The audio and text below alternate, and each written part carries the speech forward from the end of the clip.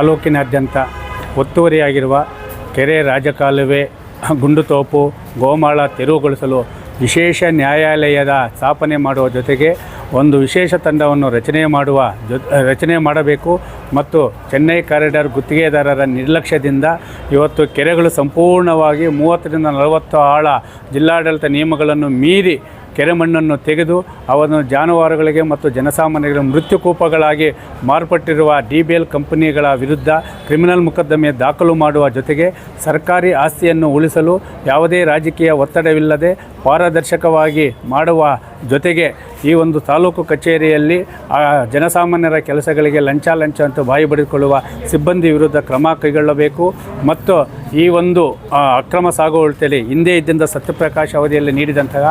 ಈ ಒಂದು ಅಕ್ರಮ ಸಾಗುವಳಿ ಚೀಟಿ ತನಿಖೆ ಮಾಡಿ ಅವುಗಳನ್ನು ರದ್ದು ಮಾಡಿ ಜಾನುವಾರುಗಳಿಗೆ ಇಲ್ಲವರು ಬಡವರಿಗೆ ನಿಜವಾದ ರೈತರಿಗೆ ಈ ಭೂಗಳರಿಂದ ಒತ್ತುವರಿ ತೆರವುಗೊಳಿಸಿ ರೈತರಿಗೆ ಮೀಸಲಿಡಬೇಕಂತೇಳಿ ವಿವಿಧ ಬೇಡಿಕೆಗಳನ್ನು ಈಡೇರಿಸುವಂತೆ ಮಾನ್ಯ ತಾಲೂಕು ದಂಡಾಧಿಕಾರಿಗಳಿಗೆ ಮನವಿ ನೀಡುವ ಮುಖಾಂತರ ರೈತ ಸಂಘದ ಕೆಲವು ಜ್ವಲಂತ ಸಮಸ್ಯೆಗಳ ಬಗ್ಗೆ ಅವರ ಮನವರಿಕೆ ಮಾಡಿದ್ದೀವಿ.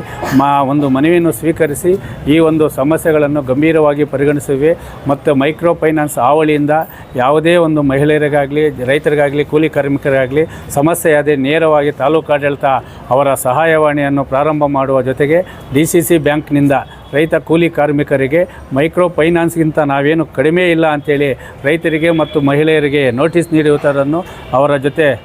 ಮಾತನಾಡಿ ರೈತರಿಗೆ ಅನುಕೂಲ ಮಾಡಿಕೊಡುವ ಭರವಸೆಯನ್ನು ನೀಡಿದರೆ ನಮ್ಮ ಬೇಡಿಕೆಗಳನ್ನು ಈಡೇರಿಸಿ ತಾಲೂಕಾಡಳಿತ ರೈತ ಮತ್ತು ಕೂಲಿ ಕಾರ್ಮಿಕರ ಸ್ನೇಹಮಯಿ ಇಲಾಖೆಯನ್ನು ಮಾಡಬೇಕೆಂದೆಂಬ ನಮ್ಮ ಹೋರಾಟಕ್ಕೆ ಸ್ಪಂದಿಸಬೇಕು. ಇಲ್ಲವಾದರೆ ಮುಂದಿನ ದಿನಗಳಲ್ಲಿ ನಮ್ಮ ರೈತ ಸಂಘದ ಹೋರಾಟ 80ರ ದಶಕದ ನಂಜುಂಡಸ್ವಾಮಿಯ ಹೋರಾಟದ ಹಾದಿಯನ್ನು ಹಿಡಿಯಬೇಕಂತೇಳಿ ಸಂಬಂಧಪಟ್ಟ ಇಲಾಖೆಗೆ ಎಚ್ಚರಿಕೆ ಮತ್ತು ಜೊತೆಗೆ ಮನವಿಯನ್ನು ಮಾಡ್ತಾಯಿದ್ದೀವಿ.